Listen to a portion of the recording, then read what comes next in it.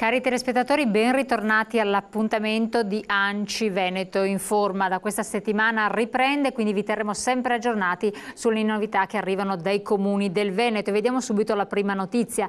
ANCI Veneto a Firenze per l'assemblea annuale, maggiore fiducia ma senza abbassare la guardia. ANCI Veneto è infatti pronta per l'assemblea annuale dell'ANCI nazionale in programma a Firenze fino al 25 ottobre. L'atmosfera di maggiore fiducia ma sempre di attenzione. Le linee guida per l'appuntamento del capoluogo toscano restano i capisaldi di sempre. Un patto quindi di stabilità da allentare, rimodulare il rimborso dell'IMU con annesso fondo di solidarietà, TARES da rinviare al 2014, il tutto in un faccia a faccia con le altre ANCI regionali, con i rappresentanti del governo e dei maggiori gruppi economici italiani, nonché con i sindaci di ogni parte del paese.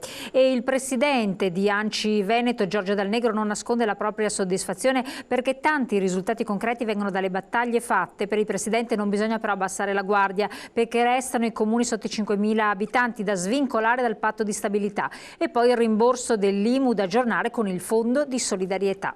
Parliamo adesso del servizio civile di ANCI Veneto. Nel 2014 tanti i progetti per oltre 80 volontari. Un anno quindi a beneficio della propria comunità, in più iniziative e mansioni diverse, ma anche un anno in cui si possono acquisire nuove competenze passando per la teoria e la pratica, beneficiando di una regolare retribuzione mensile.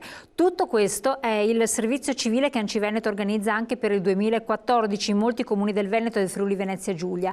Stavolta c'è spazio per ben 53 volontari in Veneto e per 28 in Friuli, impegnati in progetti di assistenza sociale, di supporto culturale, ma anche di salvaguardia ambientale.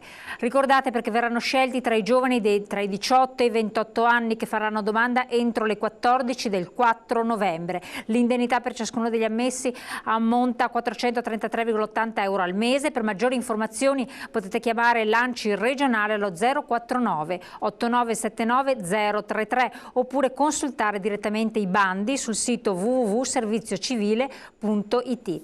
La stessa ANCI Veneto provvederà alle 118 ore previste di formazione obbligatoria dopo aver gestito dal 2006 11 progetti e ben 280 volontari. E ultima notizia, prima rata IMU, finalmente il rimborso, però attenzione all'occhio naturalmente al fondo di solidarietà. Finalmente arriva quindi il rimborso sulla prima rata dell'IMU, però con un po' di ritardo, un risultato che ammonta a 207 milioni per le municipalità venete nel loro complesso, su un totale di 2,32 miliardi a livello nazionale. ANCI Veneto al riguardo è abbastanza soddisfatta ma tiene alta la guardia. A prima vista sembra che il governo abbia accolto le richieste dell'ANCI nazionale oltre che di quello veneto, commenta il presidente, e resta però da restituire la parte di fondo di solidarietà per quei comuni che hanno dovuto aumentare le aliquote da quest'anno e per quelli che lo faranno con l'approvazione del bilancio del 30 novembre.